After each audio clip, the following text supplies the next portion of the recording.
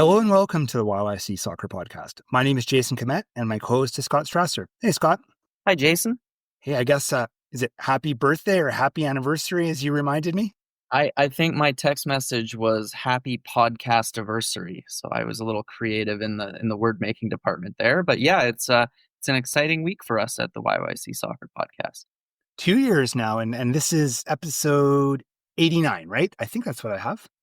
Yeah, we've been really consistent for the most part in releasing an episode every week. And the very first episode we released, as you reminded me, just before we reached that milestone, was March 12th, 2023. So as we record this, it's March 13th, Thursday evening. And this is our 2-year anniversary episode. I'm excited to record tonight. Absolutely. And we are going to spend some time reflecting and looking ahead here. But before we get into that, if you are a new listener to our podcast, Scott, what is the YYC Soccer Podcast all about? So every Thursday night, we talk about soccer in Calgary, and we talk about amateur, collegiate, and professional soccer. So the teams and players from Calgary's soccer community, whether that's grassroots, amateur, youth, etc., all the way up to the post-secondary and the professional levels. So the local pro teams being Cavalry FC and the Calgary Wild. We are going to talk a bit about our second anniversary, and we've got some year in review topics, and we also have a quiz coming up. We're also going to talk about the new Cavalry signing, SAIT, and their women's futsal team, and we have an interview this week. Yes, we managed to get a hold of Bim Pepple, former Cavalry star who has been tearing it up in England this season. He was with the Shrimpers in the first half of the season, that being Southend United in the National League, which is the 5th division in England. He's on loan from Luton Town, and he was called back by the club, but then sent out on loan again to 4th division club Chesterfield United. So he's playing in the Football League 2, and he's only been there for a few weeks, but he's been off to a great start. Has scored a couple of goals for Chesterfield, and it was a great opportunity. Jason, you did most of this interview. I was kind of in and out, but yeah, it was a really great chat and one that we've been trying to get on the books for a while. Yeah, he's a very well-spoken young man, and we'll play that interview in a bit. But let's segue over and talk about our second anniversary, because we got a few topics to talk about here. This is Scott Strasser, and you're listening to the YYC Soccer Podcast. So as mentioned, Jason, big milestone for us this week, 2 years as a podcast. I've been thinking a lot about when we first started this podcast, and I recently listened back to our first couple of episodes, and, I think it's come a long way. We've obviously had dozens of guests on over the last 2 years, players, coaches, fans. We've also, we've documented some pretty big and special moments in Calgary's ongoing soccer history. And a lot has changed in the last 24 months. Absolutely. So you went back and listened to some old episodes. I've kind of avoided doing that, but I did listen to one several months ago. I listened to our episode where we interviewed Sarah Kinsner because I was just wanted to get a bit of a recap of that because we were thinking she might be going to the NSL. I think that was like episode 6 or 7. We've refined ourselves a little bit over time, I think. Yeah, I think we've definitely kind of improved as a podcast, and we've added some little features and things like that. But overall, I mean, it's been a great journey, and I really like our weekly conversations, and it's been great getting to document so many big events in Calgary's ongoing soccer history. Yeah, definitely. It's been a lot of fun, and it has been pretty cool to see how it's grown over time. When we started doing this, we were an unknown entity, but now when we approach people for interviews, certainly a decent chunk of the guests have at least heard of the podcast. I've even gotten a kick out of, you talk about the bumpers. We've had a few people who I think were quite excited to record the bumpers because they listen and they wanted to be part of the bumpers. So that's kind of a bit gratifying, I think, overall. Absolutely. And I love when people tell us that they've heard of us or that they've listened before, or they give us positive feedback. It's been really rewarding, and to hear that people appreciate what we're doing, I mean, that's all the more motivation to keep it going. We're entering year 3 now, and we're just gonna keep doing these episodes every week, and talking to people from the Calgary soccer community, and sharing some of the stories. It's a lot of fun. And what we did last year, we talked about the top stories on the Calgary soccer scene in the last 12 months. We're going to do that again. So we discussed this a bit and tried to come up with 5 stories to talk about. Let's delve into them right now. So Scott, you want to start it off? I think there's one story that is kind of the obvious big one. For sure. And I guess last year we counted down from 5 to 1, but I think this year let's start at the top and work our way down to number 5. You and I quickly agreed that the biggest story in the Calgary soccer world in the last 12 months was Cavalry winning its first ever Canadian Premier League playoff championship and getting to hoist the North Star Cup at Atco Field after beating Forge FC in the final. Sweet revenge for the Cavs. Oh, completely. Like everything sort of just seemed to come together. And after losing to Forge in big games in the past in the playoffs when it mattered, they were finally able to get that monkey off their back and lift that trophy. I know listening to Tommy Wheeldon Jr. talk about it, he said, like, I might not have this exactly quoted right, but he said that, it's really nice to win the last game you play in the season, because even though they had a lot of success before, they never really had that happen where the last game they won. And that creates a certain level of satisfaction.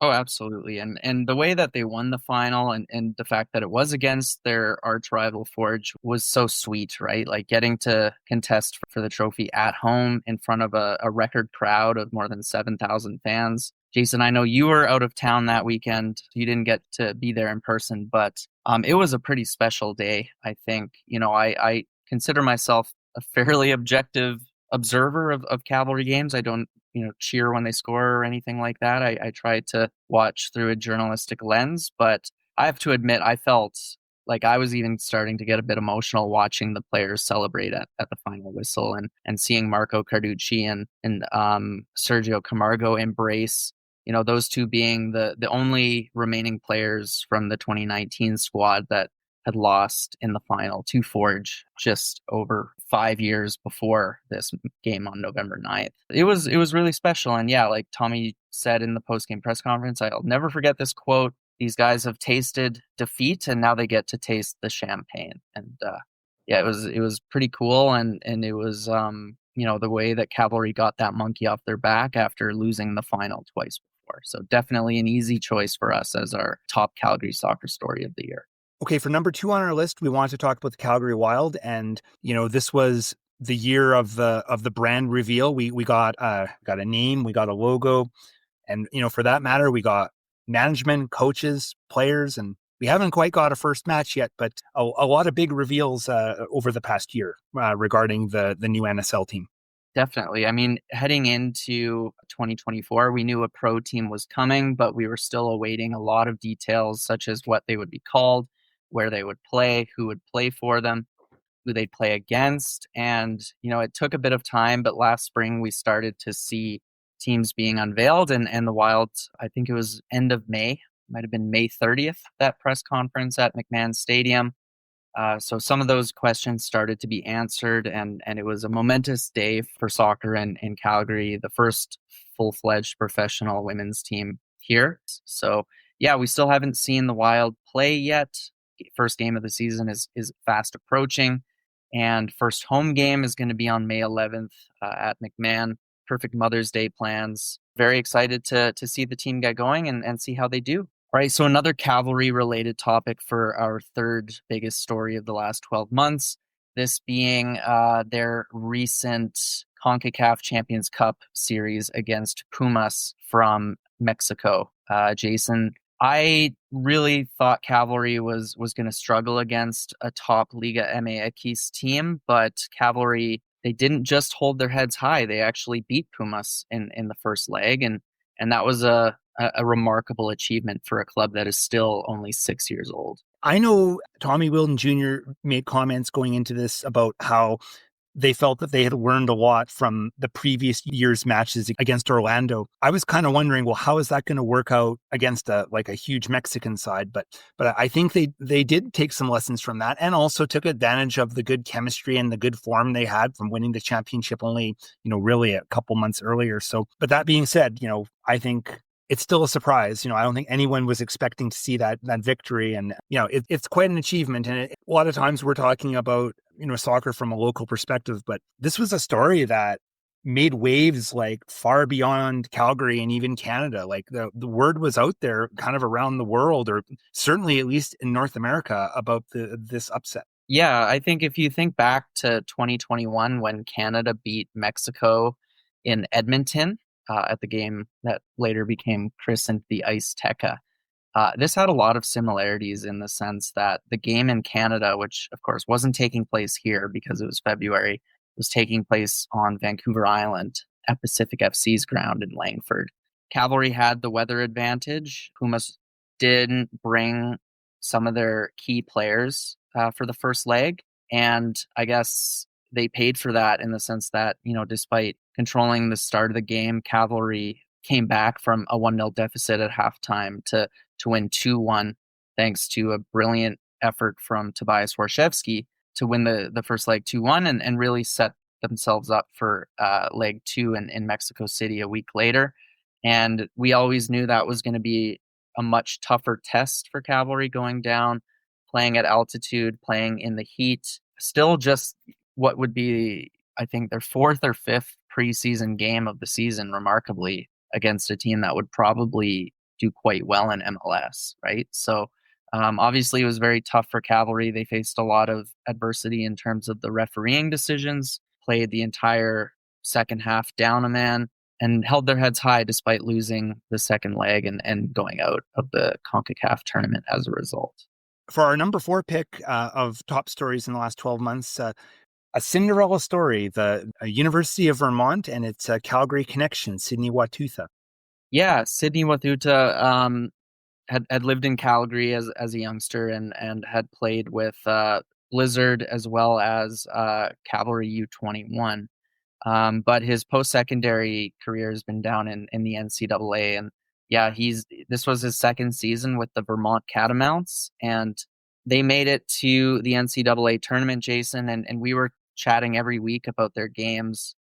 And the wins just kept coming. It seemed like it didn't matter who they were up against. Every team they played in their last, I think, 4 games, every team they played was ranked higher, and typically they had a huge road trip. They had to go down to San Diego. They had to go down to Pittsburgh. No matter who they played, they seemed to beat, and they made it all the way to the NCAA championship game.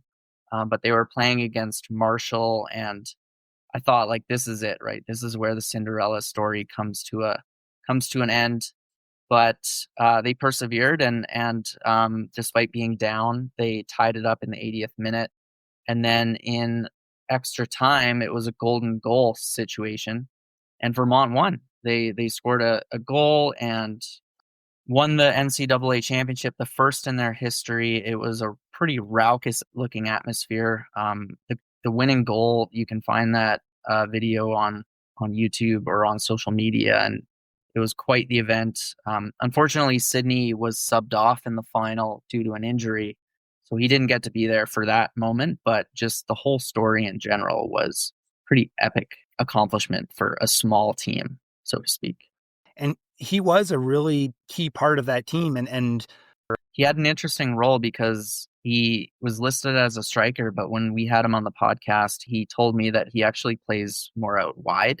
And that made sense because he was getting a ton of assists, but he wasn't scoring that much. But yeah, he got 14 assists in 2024, and that's a pretty impressive total. So yeah, Sydney Watuta and the Vermont Catamounts, that's our 4th biggest Calgary soccer story of the last 12 months. When I think back on the last year, 2 of the players that we probably spent a lot of time on were 2 players that we didn't even basically knew existed a year ago. And that would be Sydney Watuta and Kendall Showers. They just never had come up before. And then this year, both of them talk about breakout years. Absolutely. Yeah. It goes to show you never know where a really cool story is coming from. And we've talked a lot about Kendall. We had her on the podcast last week. Crazy story to come back to the sport at the age of 28, excel at the League One level, and earn a professional opportunity afterward. Really cool story. Fifth biggest story, Jason. This was the one that I think we struggled with the most, deciding what was going to round out our top five, and we ultimately decided to go with just the growth and the expansion of League One Alberta, which if you think back to when it was just 4 teams and an exhibition season in 2023 to now we're looking at 10 teams for this upcoming summer. Yeah, and that's 10 teams in Calgary. So that's just 5 on the men's side, 5 on the women's side. It's there's going to be a lot of League One matches played in the city this year. Yeah, and I think most of our listeners are familiar with League One Alberta, but as we've talked about, it's that bridge between the university level and the pros, right? So the fact that it's here now is so great for the players who excel at the university level and need another high level division to play in the off season. And, we've seen players who did well at the League One level get the opportunity to go up to the CPL, for instance. So the fact that it's expanding, I think that just shows that it's working. The clubs that weren't involved right off the bat, they've jumped on the bandwagon. We started off with, Foothills and Blizzard, and then, Blizzard added a men's team last year, and Callies / Southwest United. They merged together and they had their first season, and now we're looking at going into 2025 with Villains on board and Rangers on board as well, both on the men's and women's sides. Yeah, and we saw the Alberta High Performance Team, which was essentially like a U16 or U17 select team, best players from throughout Alberta. And we saw them hold their own against these teams that were basically made up of top-level university players from either Canada West or including a couple of NCAA talent. Yeah, League One it's still growing its reputation, but it's awesome soccer, and I'm excited to cover the upcoming season. It's really starting to find its feet here. Let's move on to stories to watch for this upcoming year, this upcoming 12 months. And I guess the first one on the list is kind of, I think, again, pretty easy to pick number one here. And that's going to be, how are the Calgary Wild going to do in their first season? Yeah, and I think that's a good question, both in terms of how do they do on the table? Like, are they a winning team? Are they challenging for first, or are they in the mix? But also popularity-wise, right? Like, they have a tough task of filling McMahon as much as they can and competing against another professional team in the city. Big question marks, but I think if they can get off to a great start and if they can build some momentum, they can really become a fixture in this city's pro sports landscape. I would agree. I think that there's an opportunity definitely here. And I think right now, the Wild and the NSL in general have done a really good job of, creating awareness and creating buzz. Another story we want to watch for this year, another pretty obvious one, is how will Cavalry do? Will they be able to defend their championship? Will they build on the success of getting to compete in CONCACAF League Cup and beating a team from Mexico? They have a very similar roster. The foundation is there to have a successful 2025. But as we've seen this team do 2 years in a row now, they seem to have slow starts. Yeah, I'm kind of wondering if that's going to be the case this year, because it just seems like if there's ever a year where they're not going to have a slow start, it would be this year. Because, with the exception of Dan Klomp, they've returned everybody. And then what have they added in? They've added in Kanigia Elva, and I realize not the same position as Klomp, but that's a pretty substantial signing, I think, when you think about it from a CPL level. So I would think that this team should come out of the gates flying, even though that has not traditionally been what they've done. No, and last year I think we felt that they would have learned from their slow start in 2023. But once again, they had that string of draws that really put them quite low down the table in the first quarter of the season. But obviously, coming out of this series against Pumas and with the chemistry that the squad has, I have to agree that the foundation is there for a strong first half of the season. We'll see how they do from there. But yeah, Kenija Elva is a great signing. But no, as you mentioned, Dan Klomp is a huge departure. So very keen to see how they do defensively, because last year that was really what made them a championship caliber team was how good defensively they were and how hard they were to beat. Last thing we want to talk about in this segment is players to watch this year. Last year we picked out a couple players, and this year we did the same. So who you got there, Scott? Yeah, so just to throw out the names we did last year, it was Nico Maroniak on the men's side and Kaylee Hunter on the women's side. And I think those were good picks. So for this year, Jason, we've opted to go with Michael Harms and Mila Schneider. Michael Harms is a player that, has been around. He's been with Cavalry for a while, but he did have a couple breakout moments last year. In his very limited appearances prior to last season, I was generally pretty positive about him, but he really stepped up and really showed some stuff last year. So I think that, he is behind Fraser Aird on the depth chart at right back, but I don't know. I think, he kind of gave some notice this past year that he's getting pretty close to being ready to take on a much bigger role with the club potentially. Yeah, I can't remember who it was against, if it was Valor or Halifax, but I think I watched him very closely for like a 20-minute stretch that he got on, and he didn't put a foot wrong, in my opinion. Every pass found a teammate. He had a couple of key tackles. Oh, it was against Pacific, I believe. He just had a very strong game, and he looked extremely confident. Didn't look nervous about playing at Spruce Meadows at all. And yeah, a couple of other games he got for Cavalry, he just seemed to be getting better and better each appearance. I think he's still young, obviously, and like you mentioned, he's competing for playing time with Fraser Aird, who was one of Cavalry's best players overall in 2024. I just expect that if he stays fit in 2025, we'll be seeing a lot more of Michael Harms. Talking about Mila Schneider for a couple minutes, could she have won any more honors at the University of Maine this year? Highly, highly, highly decorated career, finishing up with the Maine Black Bears. Absolutely, yeah. She played every single minute for the Maine Black Bears in what was their best season in like 20 years or something like that, making it all the way to the NCAA tournament. And we had her on. We asked her about her aspirations, Jason, and obviously, I think with how talented she is and how good of an NCAA career she has the caliber to play at a pro level somewhere. So I'm very keen to see if she does sign with anybody. I think she also talked about taking her studies really seriously, but I would really like to see her continue to play and to see her make the jump up to a pro team. Well, it's my understanding that she's still in school right now. So she's finishing off her studies at the University of Maine. So I guess we shouldn't be surprised that she, didn't sign with an NSL team because she is still in school. But I guess we'll see where she ends up in this spring. And I think she still wants to continue to see what can happen in a pro career. So yeah, I'll be looking forward to seeing where she ends up.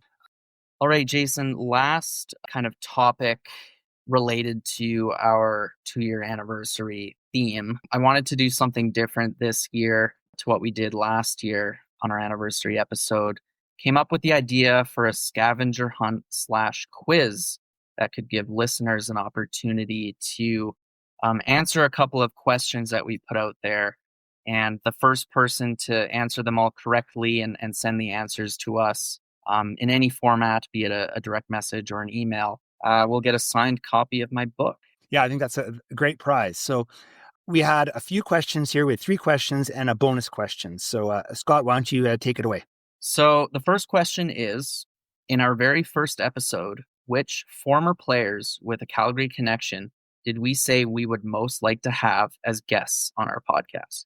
The second question is, who was our first interview guest? And the third question is, when we did our first anniversary episode, aka 12 months ago, just like we did tonight, we listed our top 5 Calgary soccer stories of the last 12 months. What did we say was the number 2 story? And for our bonus question, we've had several people that have been on the podcast more than once for an interview. Who was the first person that we had on the podcast that came on for their second interview?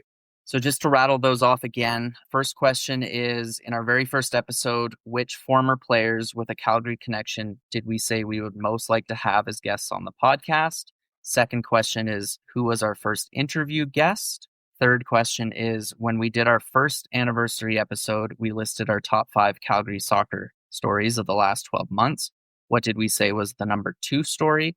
And then our bonus question is, who was the first guest to appear on the podcast for a second time? So if you know the answers to these questions, feel free to email us or send us a DM. You can have as many chances as you want. And the first person to do so with the answers to the first 3 questions will get a signed copy of Here Come the Cavalry, chronicling the history of professional soccer in Calgary.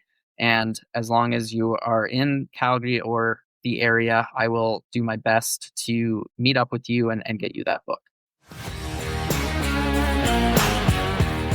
Hey guys, this is Willie Akio, and you are tuned into the YYC Soccer Podcast. All right, we have a couple items here relating to Cavalry FC that we want to talk about. I guess the first thing is there's a new signing loan deal that was announced this week. Yeah, it's a tough name to say, but Cavalry unveiled that Mikhail Gerasimenkov has joined Cavalry on loan for the 2025 season. He's with Whitecaps FC 2 at the moment. He's 19 years old, has Moldovan citizenship, but did grow up in Calgary and played for Blizzard as a youngster before joining Whitecaps Academy. He's made a lot of appearances at MLS Next Pro, and he plays primarily as a left back. It's always nice to bring a local product home, but I got to tell you, I'm a little bit surprised here. Most of the time when a player goes on loan, there's some level of assurance that they're going to get some playing time to speak of. And left back is has become the domain of Bradley Camden-Fawo, and Tom Field re-signed with the club, and although he can play center back as well, left back is his natural position. So don't get me wrong, I'm glad that he's aboard on the club, but I'm just not completely sure about where the minutes are going to come from. True, and when we were talking about this, we speculated: does this mean that either Tom Field or Bradley Camden-Fawo are injured at the moment? We haven't heard anything about that, but we have seen, I think, Cavalry bring in players when another player has a long-term injury. So I don't know if that's the case, but yeah, it is an interesting situation to have 3 left backs on the roster. Although, like you mentioned, Tom Field can and might play a lot at center back this season. The other story that is kind of related to Cavalry, not directly, but indirectly, is Willie Akio, former member of the club, has found a new team on the other side of the world. Yeah, we had him on the podcast in the winter just before Christmas to talk about the off-season's best tournament alongside Elijah Adekubi, and you asked him how the rehab from his serious injury the season before was going, and I think his answer kind of revealed that it didn't really seem likely that he was gonna come back to Cavalry, but he's now signed with the Canberra Tigers in Australia. That's not an A-League team. That's a level below. And is it called the NPSL or the NSL? Like it's like every state has like the NSL Queensland, the NSL New South Wales, the NSL. That's just basically how they delineate it. So yeah. He's in that NSL level, which is the de facto second level of Australian soccer. And it's regional. Yeah. And you know, we've seen Canadians go down to this level of play in Australia before, right? I think the first one that came to mind was former Cavalry goalkeeper Nico Giantsopoulos. But I even actually have a few former teammates of mine who I think had played in this level. So it's an opportunity, and this is what Nico Giantsopoulos said on Twitter.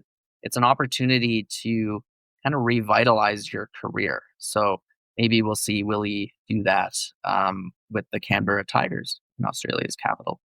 Yeah, well, their season's starting up soon, and we'll be keeping an eye on it, on their results and seeing how it goes. But yeah, we wish them all the best.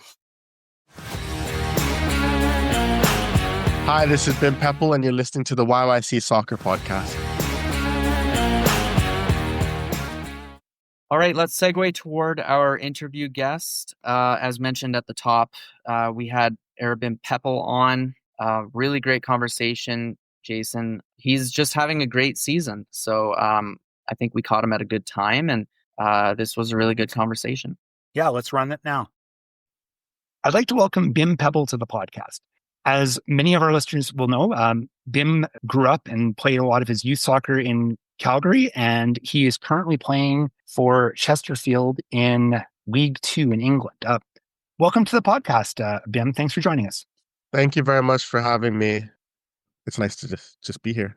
Maybe we could just start by talking a bit about your youth career. Like you lived in Calgary for pretty much like growing up. I think were you born in England, I believe, but you lived most of your life in Calgary as a kid, right? Yeah, so I was born in England, and I lived in England till I was 5 years old, and then the rest I moved to Calgary, or Okotoks first, but Calgary, and yeah, the rest was I just grew up in Calgary, played in Calgary, so I consider myself Canadian and a Calgarian boy. Yeah. What clubs did you play for as a youth?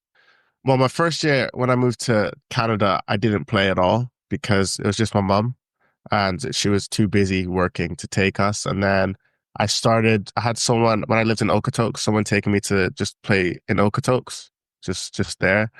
And then from there, they were saying like, oh, it's more competitive in Calgary. I was pretty good. So I moved to Southwest United. After Southwest, I moved to Foothills.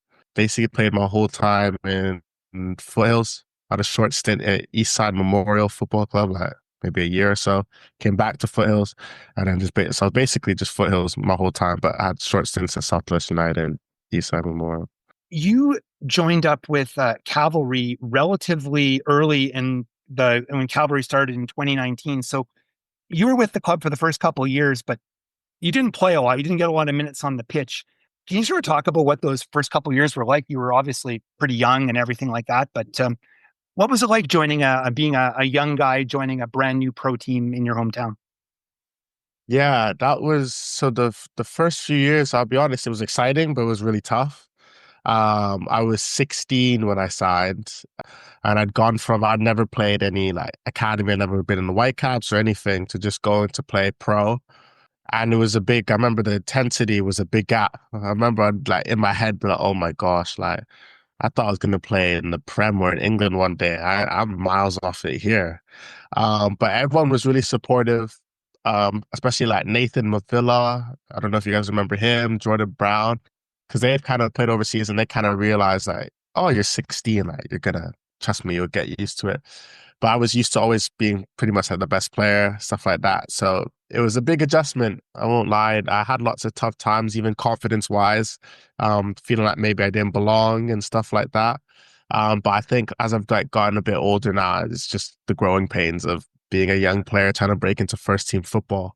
But no, it was good, and I wouldn't have it any other way. I'm still thankful to Tommy and all the coaching staff for giving me the opportunity to just be around those guys and learn at such a young age. So yeah, it was cool. So Bim, let's talk about your move over to England. That was obviously big news when it happened midway through the 2022 season. Initially going to Luton Town, and you've spent time on loan with different clubs since then. Really found your footing this year, earlier with Southend United, the Shrimpers, and now with Chesterfield. So curious what kind of changes you've made to your approach or to your game this year that you think have contributed to the level of success you found recently. I think I'll be honest, the biggest part is just getting older and just adapting. When I signed for Chesterfield, they gave me Luton.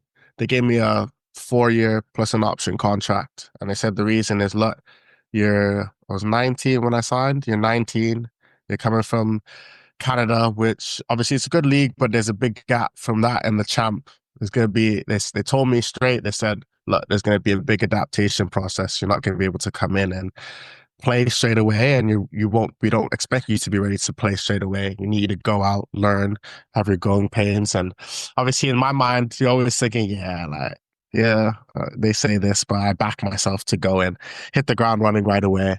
But yeah, it was just a completely different game. And I remember like when I first signed, before I signed, I was kind of training with the team for a week or so, and I was expecting to go to the 21s, but now I was thrown into the first team straight away. And I remember again, similar to how it was when I started playing for the Cavalry first team, thinking, oh my gosh, this gap. It was the same thing. Like the intensity was so much higher, the speed of play.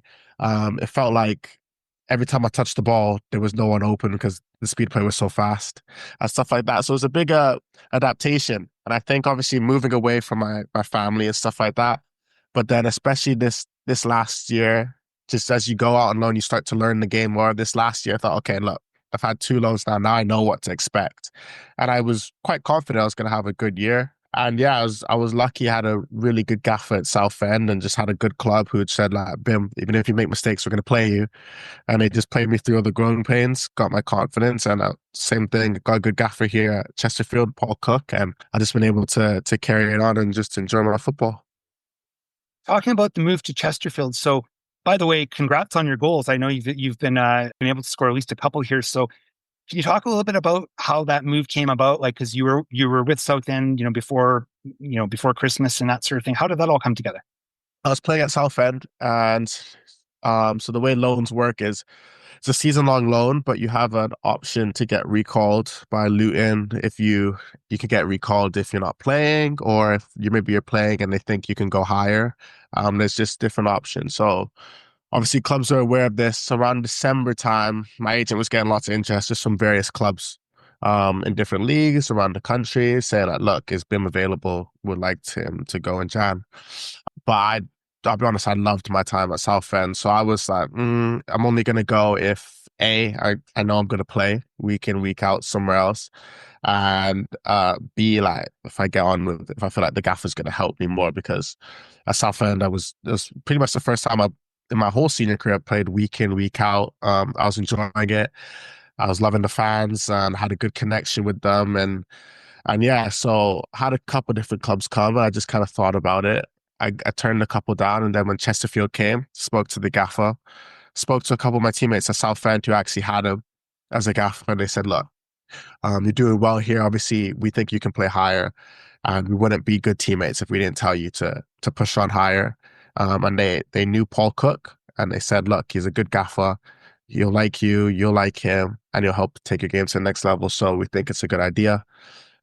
Spoke to him, prayed about it, spoke to my family, and I just decided, yeah, that's the next step to get closer, because obviously the goal is to get to Luton or to that championship level. So that's the next step. And yeah, I just made the move. And it looks like it's going well with Chesterfield. We wanted to ask about the difference in the level of play between the National League, which is the 5th division in England, and a League Two, because I've always heard that is kind of like the border between the Football League and then like the top level of semi-pro football in England.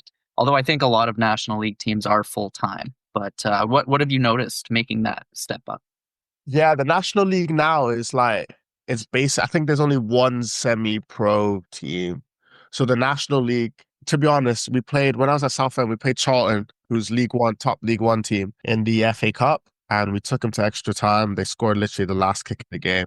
And I remember telling my teammates, like, hold on, that didn't feel too different to a National League game. Like there were some aspects where maybe they moved the ball faster and a couple more mistakes they could punish you, but it wasn't too far off it. And a lot of my teammates have played League One champ, and they said, to be honest, the difference between middle of League One to National League is not that big of a difference. In England, it's quite, which is why people, I guess in Canada, they don't realize it's called like 5th division, 4th division, but people move up. So people go from 5th division to 2nd division like that. It's kind of different to other competitions because the levels aren't too far off it. So I'd say the difference between the National League and League Two as well, again, that is quite close. I think you saw last year, Wrexham got promoted to National League from National League, then they went straight up to League Two.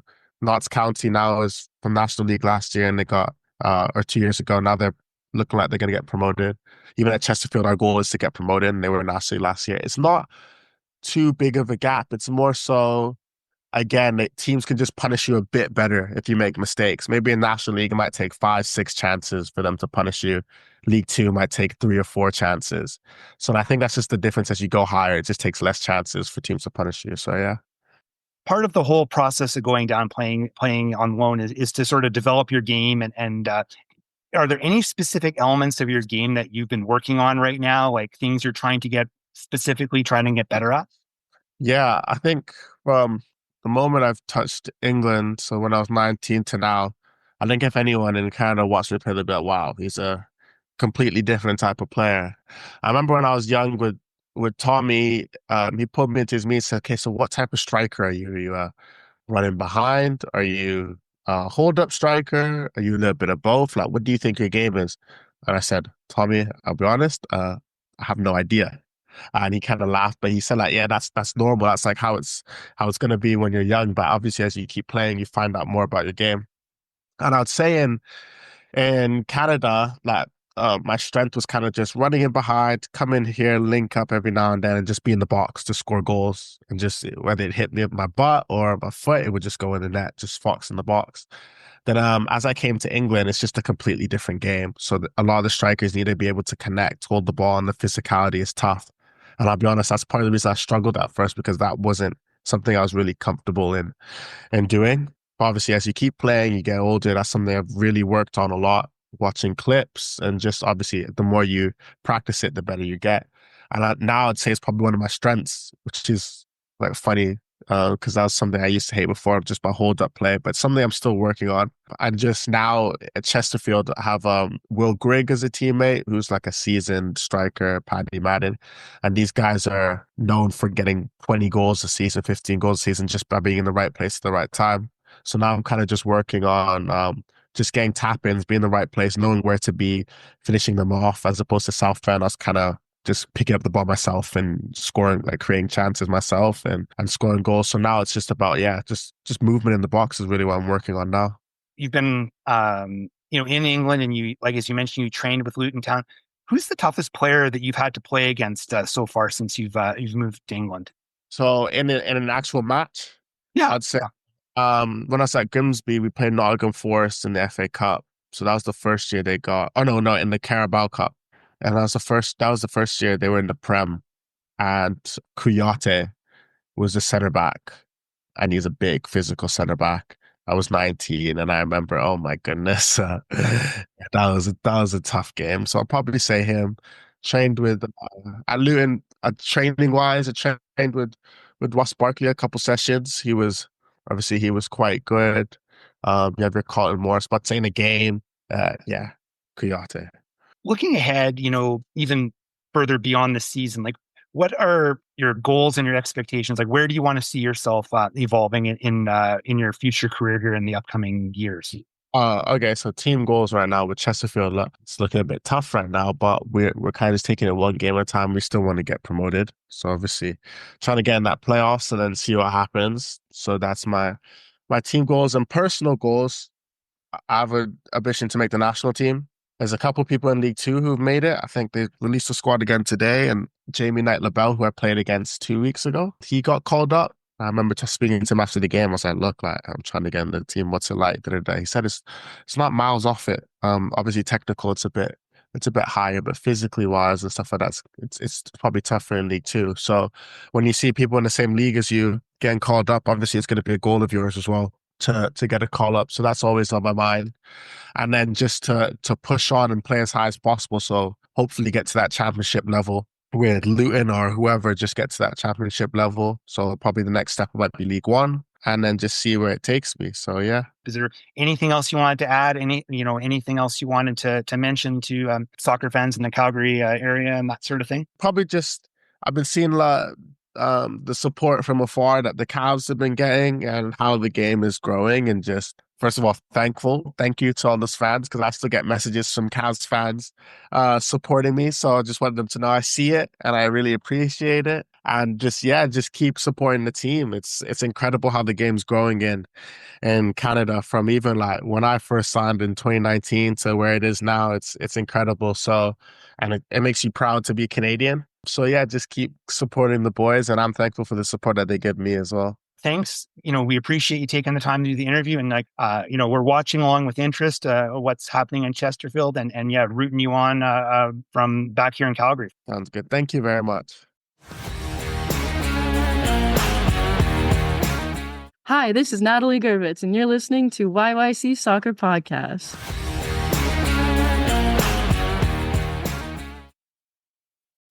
Okay, to wrap it up, we have a few other topics we wanted to address in Calgary soccer news that's come to our attention over the last week. First thing I want to talk about is SAIT. Haven't talked about SAIT for a little bit, but the women's team won a championship here recently. Yeah. So the ACAC does have a futsal league in the wintertime, and that just wrapped up, and SAIT's women won the championship. And, if you look at their results, not really that different from the ACAC regular season in the fall. They went 10-0 to finish first in the South Conference. Had a couple of their players make the all-conference team. And then John Tallarico, their coach, was also named Coach of the Year for the South Division. And then when it came to the championship tournament, they played Nate and they beat them 2-1. And that is the SAIT women's futsal team's second consecutive ACAC futsal title. Yeah, and they had some players recognized after that tournament. Tiona Payton was named the player of the game in the final. Nikki Charlton was crowned as the tournament MVP. So pretty successful winter for SAIT. And it wouldn't be a surprise if they are pretty dominant again in the fall, as they have been for the last several years. Last week, we talked about Sebastian Dzikowski's signing in Poland, and I've been trying to pay attention to what's going on there. And this past weekend was his debut match, and he managed to score in the 13 minutes into his debut match with the club. What's the name of the team again, Scott? Flota Swinushkia, could be something like that. It's a lot of letters, be a great Scrabble score, but yeah, it didn't take him long at all. The goal you can find on social media, short corner, and then the ball was played into the box, and he got on the end of it. His team won that match 2-1, so not a bad way to get your career going in a new country. Okay, and one more topic we ran across. This is a strange one to me. Not what I was expecting, but a couple of Calgarians are going to play for a national team that I didn't really know anything about. Yeah, so Solomon Aria, who was with the University of Calgary the last 2 years, but has actually played with with three different post-secondary teams, including MRU and SAIT, and then Hafiz Major, also with MRU, but graduated, I think, 4 or 5 years ago, but has played in the CUSA Premier Division with One Up. They're going to go play against Thailand, which is a friendly, and then there's also going to be an Asian Cup qualifying match between Afghanistan and Myanmar. I've done a little bit of reading about this since I stumbled across it, and apparently there's a new coach. I think he's from England, but anyway, this new coach has decided that he's going to try and find as many Afghanistan expats as he can. Somewhat familiar modus operandi right now. You've seen it with the Guyanan women's national team pulling a lot of players from Canada, and even the Philippines women's team. They've been drawing from North America, so they're trying the same philosophy. And they had an ID camp someplace in the Middle East, and I guess that's where these two Calgarians got discovered. Yeah, kind of an interesting one. I'm impressed that you were able to come across this news. Well, I haven't actually seen anything on the official Afghanistan men's national team website. This one, actually, I will give the credit to Pitchside Solutions, who I follow on Instagram, and they always seem to come up with interesting little tidbits of information. So that's where I got it from. So kudos to them. Thank you for listening to the YYC Soccer Podcast. You can have this podcast downloaded to your device as soon as it becomes available by subscribing on Apple Podcasts, Spotify, or other platforms. Check out our website at YYCsoccer.com, where you can look through our episode archive and find other options to listen, including our YouTube channel. We also have links there to buy Scott's book online. If you have a question or comment, you can leave them in the Contact Us section of our website. You can interact with us on social media, where our username is YYC Soccer 403. Thanks for listening.